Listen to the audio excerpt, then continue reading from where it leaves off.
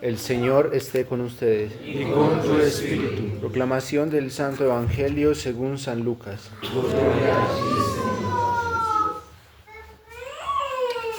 En aquellos días, María se encaminó presurosa a un pueblo de las montañas de Judea, y entrando en la casa de Zacarías, saludó a Isabel. En cuanto ésta oyó el saludo de María, la criatura saltó en su seno. Entonces Isabel quedó llena del Espíritu Santo y levantando la voz exclamó: Bendita tú entre las mujeres y bendito el fruto de tu vientre. ¿Quién soy yo para que la madre de mi Señor venga a verme? Apenas llegó tu saludo a mis oídos, el niño saltó de gozo en mi seno. Dichosa tú que has creído, porque se cumplirá cuanto te fue anunciado de parte del Señor. Entonces dijo María: Mi alma glorifica al Señor y mi espíritu se llena de júbilo en Dios mi Salvador, porque puso sus ojos en la humildad de su esclava. Desde ahora me llamarán dichosa todas las generaciones, porque ha hecho en mí grandes cosas el que todo lo puede. Santo es su nombre, y su misericordia llega de generación en generación a los que le temen. Él hace sentir el poder de su brazo, dispersa a los de corazón altanero, destroza a los potentados y exalta a los humildes. A los hambrientos los colma de bienes, y a los ricos los despide sin nada.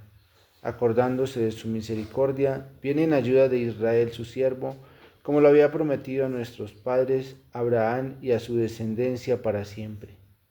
María permaneció con Isabel unos 3 meses y luego regresó a casa. Palabra del Señor. Gloria a ti, Señor Jesús.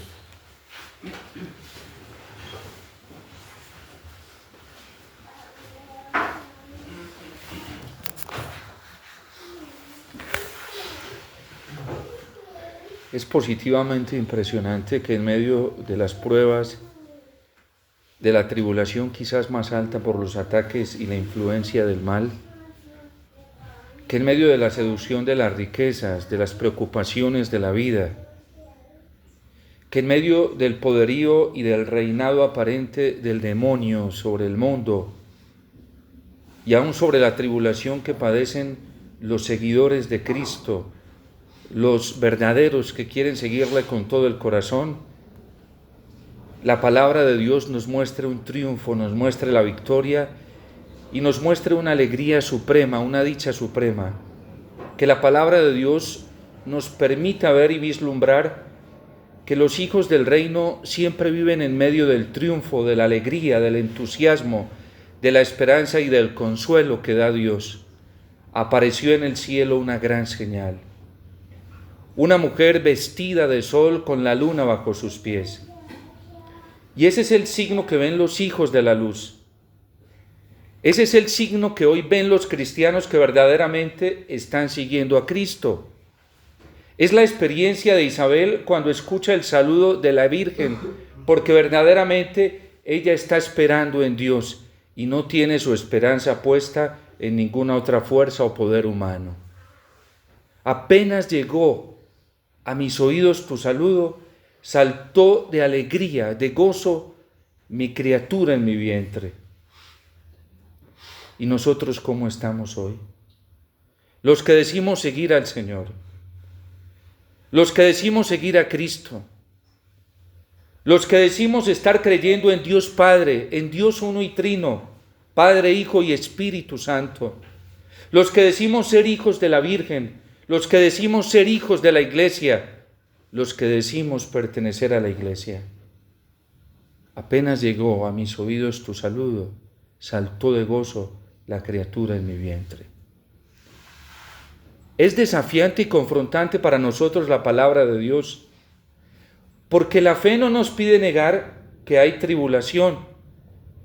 La fe no nos pide negar que el mal tiene su imperio y su fuerza en este mundo, como nos lo recordaba el Papa León XIV en su catequesis del miércoles. La fe no nos pide negar que hay pruebas, que hay seducción de riquezas. La fe no nos pide negar que hay sufrimiento, que hay enfermedad, que hay guerra, que hay peste. La fe no nos pide negar algo que es obvio para cualquiera que esté aterrizado en esta tierra y que sea realista de que hay catástrofes naturales y que la humanidad está siendo invadida por la tribulación. Una tribulación que aumenta y que seguirá aumentando. La fe no nos pide negar eso porque la fe es realista. La fe nos pide confiar plenamente en el Señor porque aunque haya tanta tribulación, tanta prueba, porque aunque hay tanta seducción de riquezas, de poder, de placer, de tener, Dios siempre triunfa. ¿Y dónde triunfa el Señor? Como lo está diciendo el Salmo hoy, de pie a tu derecha está la reina. ¿Y por qué está de pie? ¿Y por qué está a la derecha de Dios? ¿Y por qué la pone el salmista hoy como alguien que triunfa y que está llena de alegría, de algazara y que va entrando en el palacio real? Porque confía en el Señor. Porque tiene su esperanza solamente puesta en Dios y en su palabra. Porque tiene su confianza solamente puesta en la promesa de Dios, no más. Porque se fía solamente del Señor.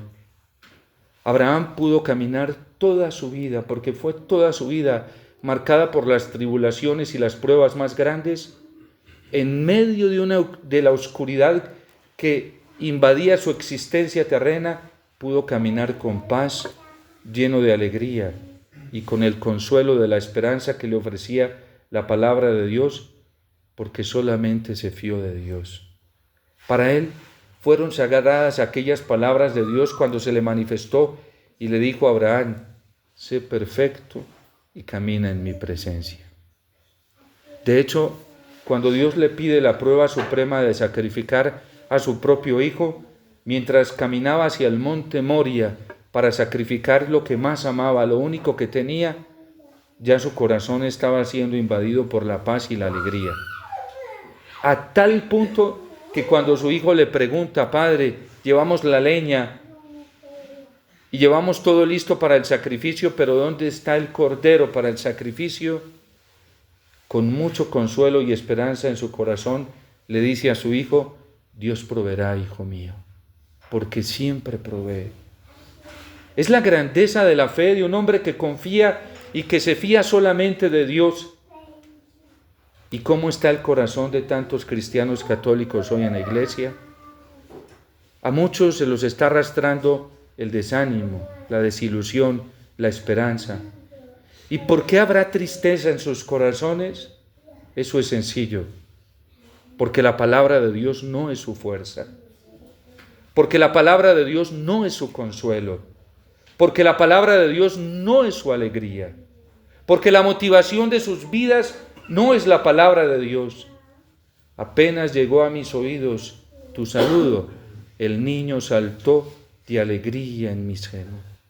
Dichosa, feliz tú que has creído que se cumplirían todas las palabras que te fueron dichas de parte del Señor. ¿Por qué a nosotros nos falta tanta motivación en el corazón? Tenemos que reconocerlo con humildad y sencillez, porque tenemos nuestro corazón puesto en puras esperanzas terrenas y humanas.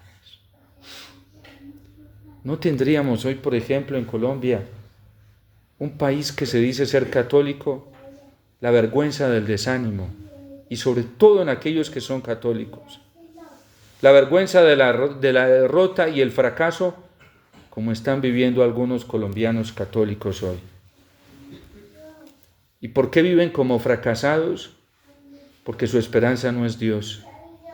Seguro que si la esperanza nuestra fuera el Señor, seguro, y debemos tener la plena garantía que si nuestra esperanza fuera el Señor, nuestro corazón estaría saltando de alegría y estaría lleno de gozo como el corazón de la Virgen.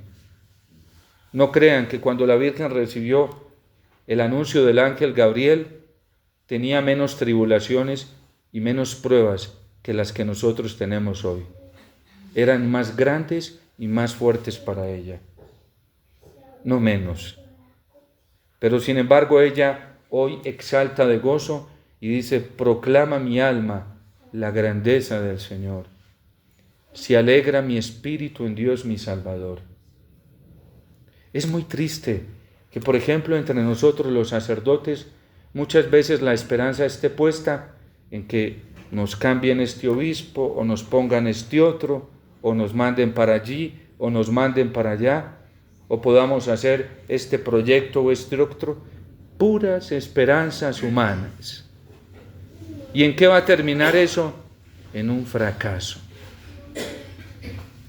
Es muy triste que incluso en la iglesia, y lo vimos con la realidad de la muerte del Papa Francisco, o también con el ejercicio de su ministerio, y luego la incertidumbre de qué Papa iba a venir, y la mayoría de los católicos era pendiente a ver cuál era el que iba a venir, si uno de derecha o uno de izquierda. Qué triste que la esperanza esté puesta en eso y no en la certeza de la promesa de Dios que dijo un día, le dijo a Pedro: yo rogaré por ti para que tu fe no desfallezca. Pedro, sábete que Satanás ha pedido permiso para cribarte. Pedro, sábete que el demonio ha pedido permiso para cribarte. Y a nosotros se nos olvida esa realidad de la palabra de Dios, que todo papa va a ser cribado por las fuerzas del mal. Pero yo rogaré por ti para que tu fe no desfallezca. Iglesia, sábete que el demonio ha pedido permiso para cribarte. Pero es que no somos hijos de la palabra de Dios. Vivimos en una fe solamente intelectual, irreal, solamente conceptual. ¿Acaso no nos damos cuenta que fue el demonio quien se acercó a Dios para pedirle permiso y cribar a Job? Déjame ir a probarlo y a quitarle todo. Déjame ir a tocar sus bienes materiales. Déjame ir incluso a tocarle la salud. Y se nos olvida que ese Job somos nosotros y que el demonio le ha pedido permiso a Dios para sacudirnos. ¿Y saben qué hace Dios? Porque cree en nosotros, se fía de nosotros, se fía de lo que todos los domingos le decimos en el credo: creo en Dios Padre Todopoderoso, Creador del cielo y de la tierra. Dios se fía de eso que le decimos con nuestra boca. Y le dice al diablo: ve y pruébalo, ve y sacúdelo, ve y críbalo. ¿Ve? ¿Puedes ir? Porque él ya me ha dicho, ella me ha dicho que cree en mí. Él ya me ha dicho y ella ya me ha dicho que cree en mi poder. Y por eso nada le va a pasar. Pero ¿cuál es la realidad en muchos de nuestros corazones? Que cuando viene a cribarnos el diablo cedemos, porque demostramos que nuestra fe no es verdadera. Demostramos que nuestra esperanza no es verdadera, que no nos estamos fiando verdaderamente de Dios. Hermanos, tenemos que ser realistas. Vamos a ser probados hasta las heces.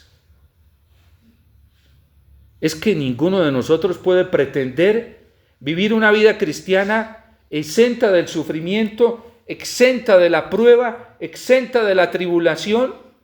Y el que esté pensando una vida cristiana así, está viviendo en un mundo irreal, muy irreal. Sábete que Satanás ha pedido permiso para cribarte. Y así queramos o no queramos, nos van a cribar. Porque si Dios hecho carne fue cribado por el diablo, fue probado por el diablo hasta la pasión y la muerte, ¿por qué nosotros no?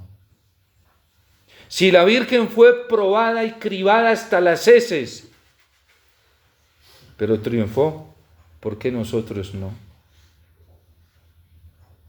Si te has decidido seguir al Señor, dice el libro del Eclesiástico en el capítulo 2, prepárate para la prueba, porque así como debe ser cribado el oro en el crisol del fuego, así también debe ser cribado todas las promesas de amor que le hacemos al Señor todos los días.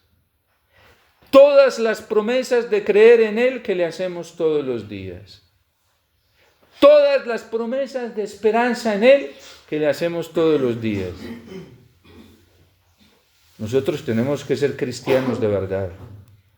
San Ignacio de Antioquía escribe la carta a los romanos y dice: estoy a punto de ser cribado y triturado por los dientes de las fieras. Y voy en medio de las fieras que me atormentan día y noche. Y dice San Ignacio: me refiero a este pelotón de soldados que parecen leopardos, que me llevan encadenados de Siria a Roma, lo llevan amarrado entre cadenas y lo maltratan mientras va en ese viaje, en ese barco de Siria a Roma, donde él ya sabe cuál es la sentencia. La sentencia es que debe ser triturado por los leones. Roma lo condenó a eso. Y dice: este pelotón de leopardos, entre mejor trato les doy, con mayor caridad los tratos, porque no se enfurece ante ellos. No les paga con la misma moneda. No se llena de rabia ante sus maltratos. Al contrario, le responde con amor.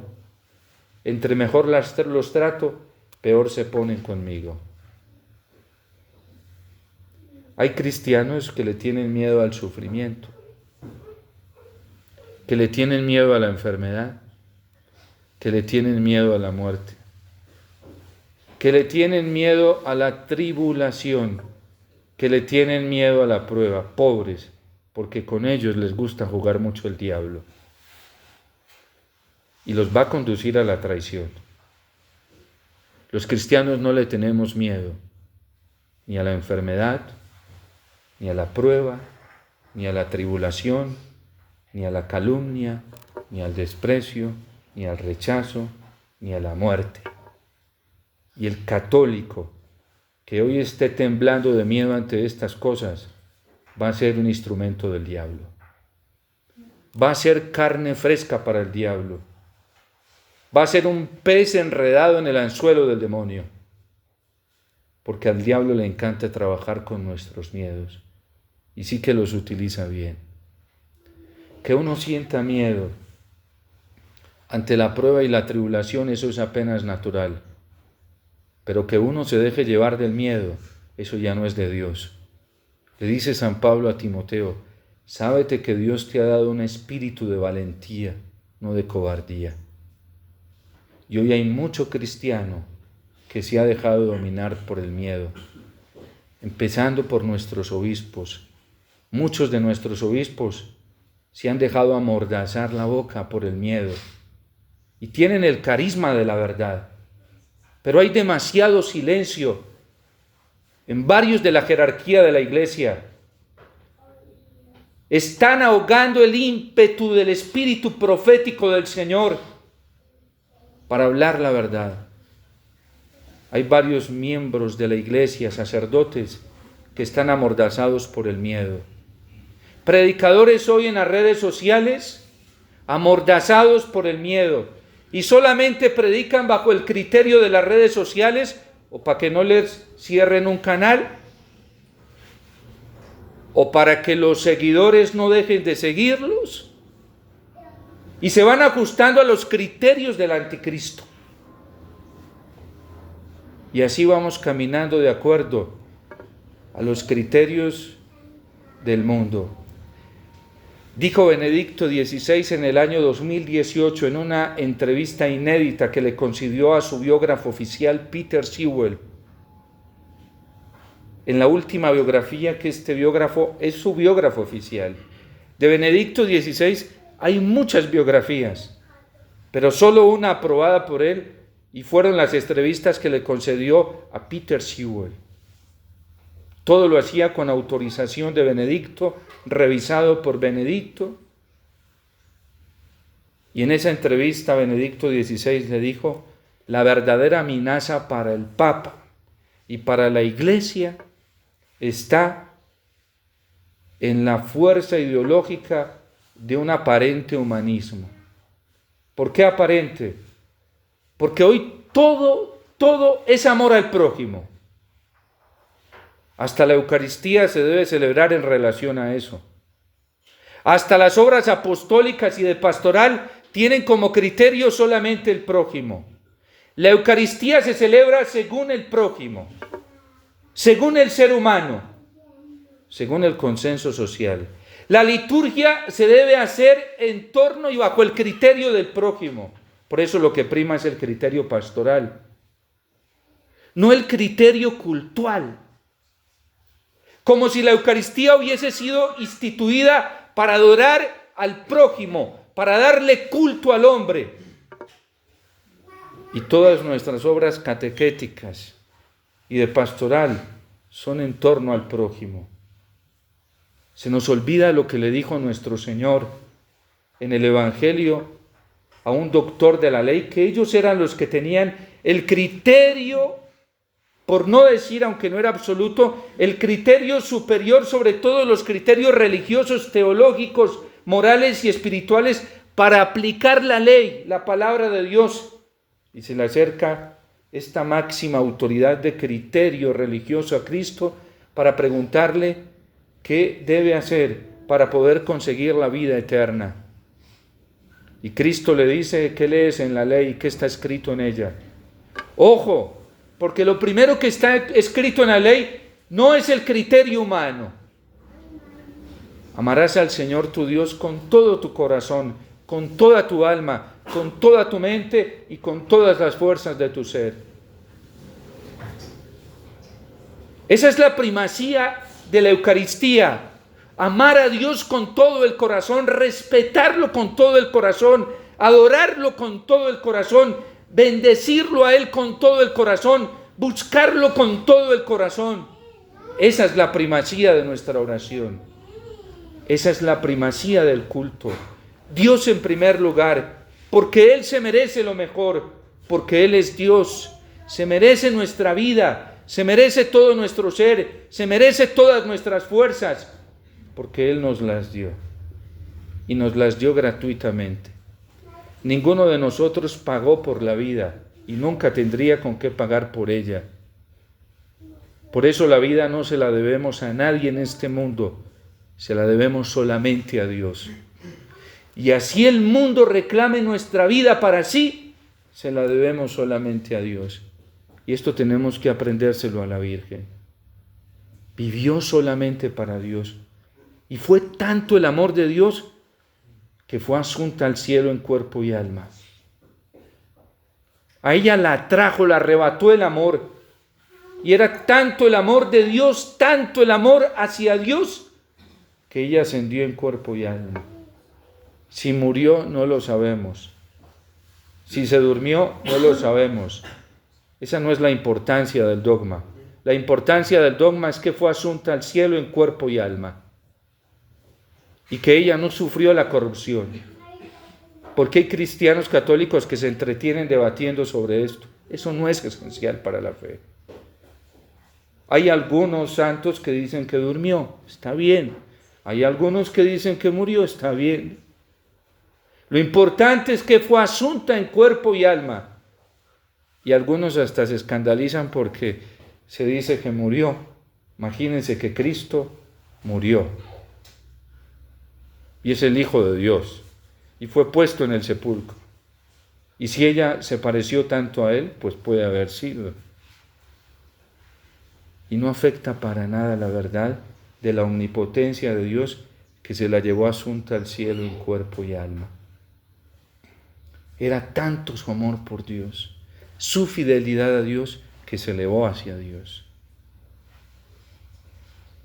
Razón tenía Benedicto XVI en decir que esta sociedad ya se está creando un credo.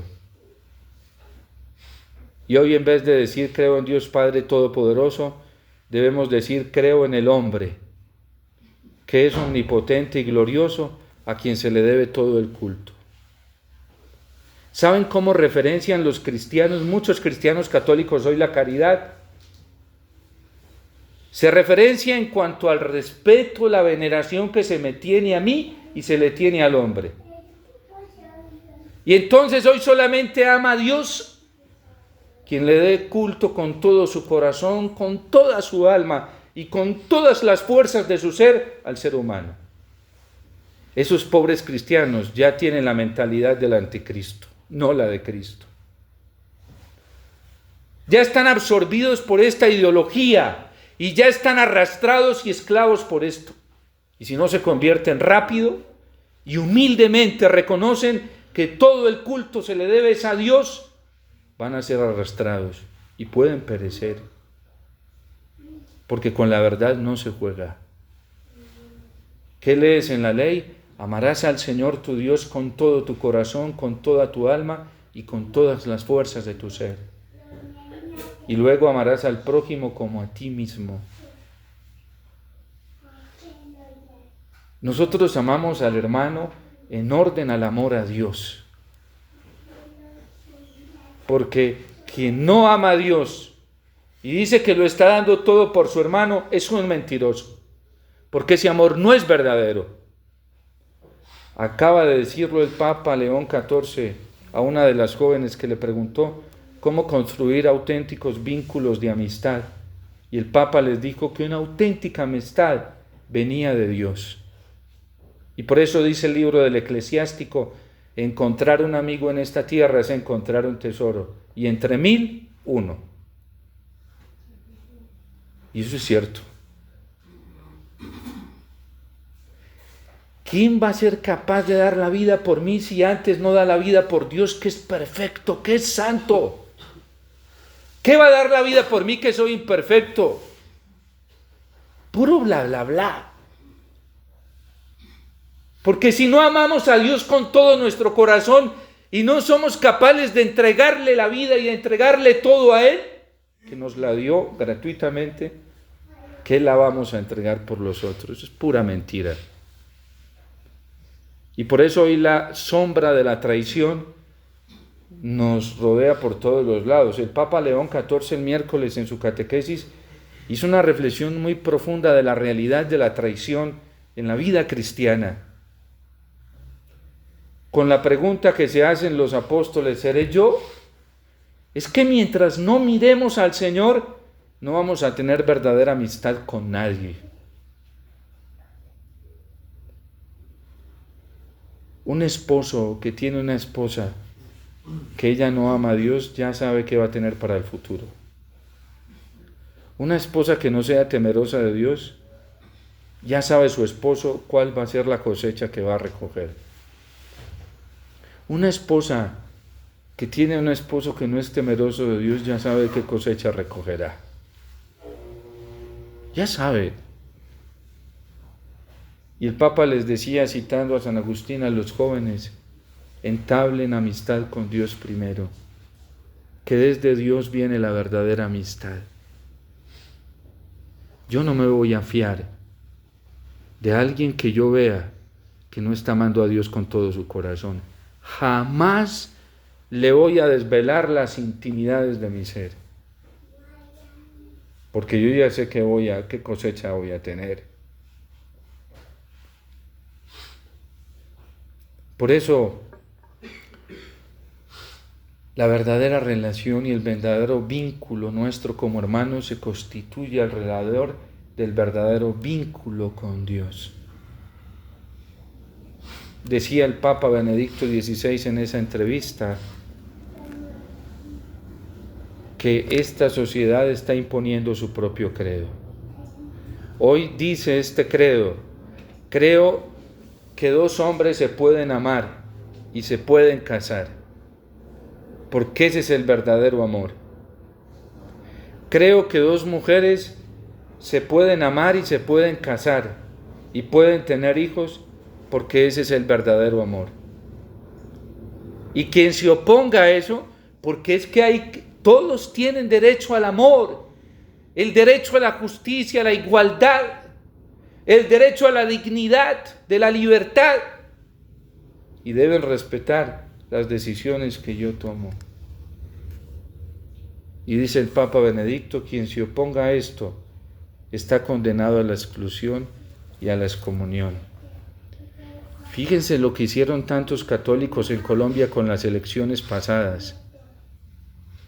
Fíjense, de dos candidatos, los dos decían: creo en el matrimonio igualitario entre 2 hombres y 2 mujeres.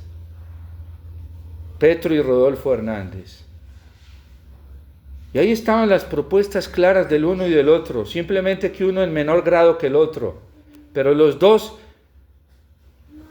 estaban proponiendo lo mismo: matrimonio entre 2 mujeres y 2 hombres. Rodolfo Hernández lo traía clarísimo, y hay que orar por este pobre hombre que ya partió a la eternidad, para que Dios tenga misericordia de él aún hoy. ¿Qué dijo este hombre?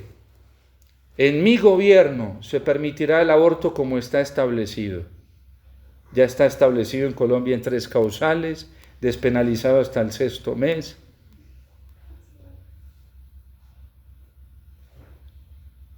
Y el Señor, ¿qué encontró en muchos católicos colombianos? Traición, apostasía. Incluso hay algunos que todavía siguen con el corazón endurecido y siguen defendiendo esto como algo justo. Es que entre 5.000 abortos que proponía uno, por decir así, análogamente, entre 5.000 y 20 que proponía este, mejor escojamos los 20 porque es mejor escoger lo menos grave. Y la iglesia lo apuesta por uno solo, por la vida de uno.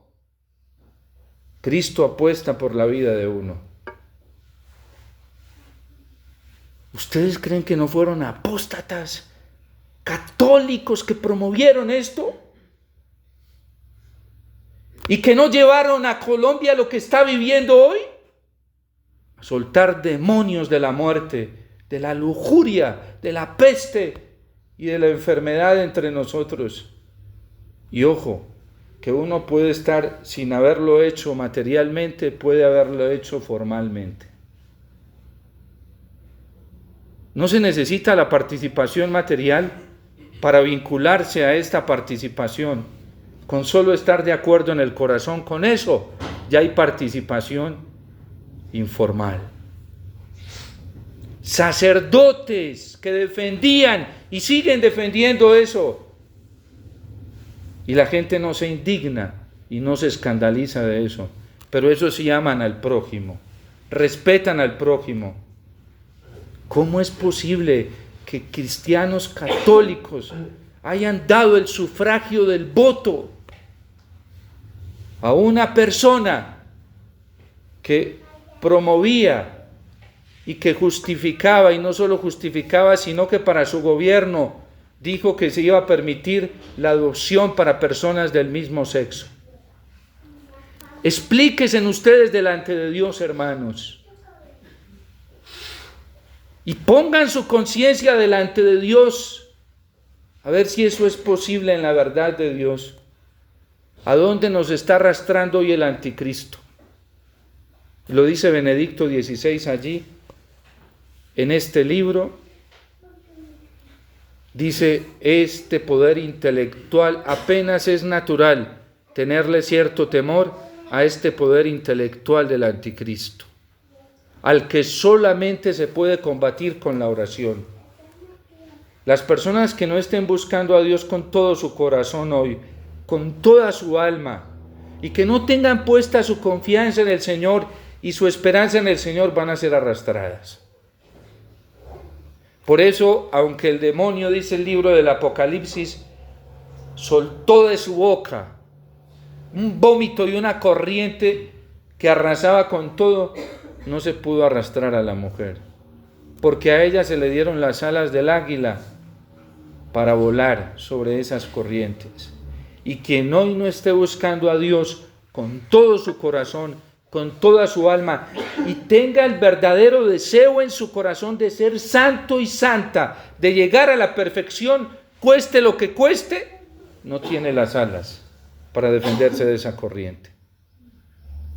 Se lo va a arrastrar esa corriente. Hay quienes solamente vienen a buscar a la oración porque necesitan un bien temporal, o de la salud, o económico. ¿Cuántas veces desvirtuamos la devoción y la convertimos en solamente peticiones de bienes materiales y temporales.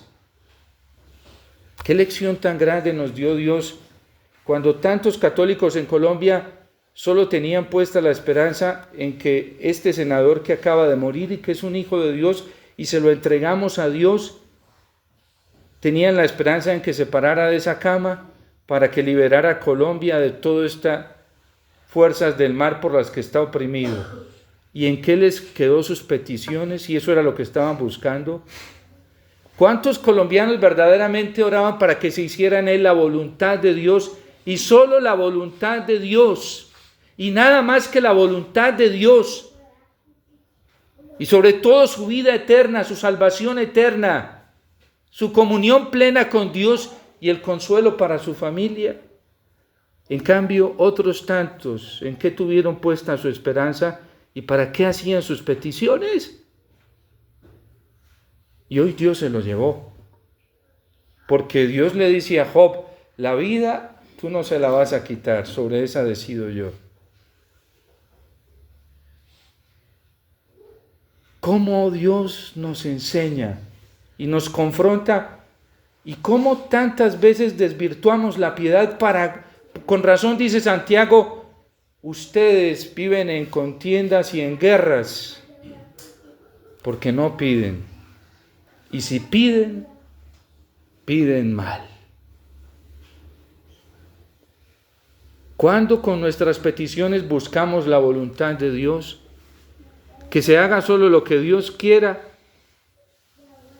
Hay esposas que dedican toda la vida a pedir y a suplicar solamente para que su esposo cambie con ella o cambie con sus hijos. No, mamá, no, esposa. Tienes que pedir para que cambie para Dios, que ese hombre viva para Dios, que ese hombre se enamore de Dios. ¿Cuántas veces la conversión que pedimos es para que a nosotros nos toque menos sufrimiento? Y esposos que solamente piden para que su esposa deje de ser malgeniada conmigo. No, Señor. Pida para que esa mujer se entregue a Dios, se enamore de Dios, viva para Dios. Y dice Santiago, adúlteros, piden como no se debe pedir y por eso nunca reciben. Cuando pedimos según la voluntad de Dios, pedimos bien, porque nuestro Padre del cielo sabe lo que nosotros necesitamos antes de que se lo pidamos y sabe dar en abundancia, más de lo que nosotros necesitamos. Uno le pide a Dios la vida eterna y la salvación y le da todo. Todo. Él se preocupa de asistirlo a uno con todos los bienes integrales para poder llegar al cielo. Y siempre más de la cuenta. Pero ¿cómo desviamos tantas veces la piedad? Y vamos desviando el sentimiento religioso y vamos cayendo en superstición. Nos volvemos supersticiosos. Lo trae el primer mandamiento del catecismo. Es desviar el sentimiento religioso. Nosotros tenemos que orientar nuestra vida según Dios como la Virgen. Y por eso hoy es asunta al cielo. Porque toda su orientación estuvo hacia Dios y hacia el cielo. Y hoy triunfa. Y todos los que viven según la voluntad de Dios y desean solamente a Dios y vienen a la Eucaristía para darle el culto al Señor y para vivir solamente para Él, reciben en abundancia, porque saben Dios que hace con un corazón que lo busca solamente a Él y que le da el culto a Él, les da vida y vida en abundancia. El ejercicio de la liturgia es esa, venimos a adorar a Dios y por el culto de adoración que le damos obtenemos los beneficios de Dios. Busquen el reino de Dios y su justicia, que todas las demás cosas se les darán por añadidura. Tenemos que convertirnos, hermanos, a Dios, volver a Dios. Sacerdotes, obispos, consagrados, todos. A todos Dios nos está pidiendo nuestro corazón para Él, desde el Papa hasta el último bautizado. Desde el Papa hasta el último bebé que nace hoy en el mundo, porque a todos Dios nos llama a la comunión con Él. Lo trae la Gaudium et Spes del Concilio Vaticano II. El hombre ha sido creado para estar en comunión con Dios. Y San Agustín lo dice bellamente: nos hiciste, Señor, para ti, y nuestro corazón andará inquieto hasta que descanse en ti. En nuestro corazón no puede haber otro deseo diferente al de pertenecerle a Dios. Y así vamos a tener un mundo en paz, en justicia, en unidad, en amor, un mundo donde solamente reina el amor. Ustedes se imaginan, donde hoy todos los católicos buscáramos a Dios con el corazón, ¿cómo serían nuestras relaciones? Es un cielo en la tierra. Donde todos los colombianos buscásemos a Dios de verdad con el corazón, ¿cómo sería Colombia? Un cielo en la tierra. Donde en las familias todos buscasen a Dios, ahí sí no volvería a haber peleas entre papá y mamá, entre hijos y papá. Si todos están buscando lo mismo, ¿qué hace Dios? A todos los armoniza a Él como le gusta armonizar todo. Solo habría tiempo para el amor, para la paz, para la alegría y el gozo. Pero ¿de dónde vienen nuestros conflictos y guerras? Que todos no tenemos el mismo propósito en el corazón. Y todos no buscamos lo mismo. Y termino con esto: el Papa León XIV, desde su inicio de pontificado hasta hoy, lo único que nos ha estado diciendo es que solamente en Dios está la verdadera unidad. Solamente en Dios se encuentra la verdadera paz. Solamente en Dios se encuentra la verdadera amistad. Por eso tendamos a Dios con todo nuestro corazón. Al fin de cuentas, todos los que busquemos a Dios con todo nuestro corazón, vamos a disfrutar de lo que disfrutó Isabel hoy, de lo que disfruta la Virgen, de pura alegría y gozo. El que no esté buscando a Dios con todo su corazón, va a tener lleno su corazón de amargura, de frustración, de fracaso, de tristeza. Porque esos son los frutos de los que viven según la carne. Y los frutos de los que viven según el Espíritu, que buscan a Dios, ni miedo le tienen a nada. Ni siquiera a la muerte, ni a perder todo, nada. Todo se convierte en ganancia.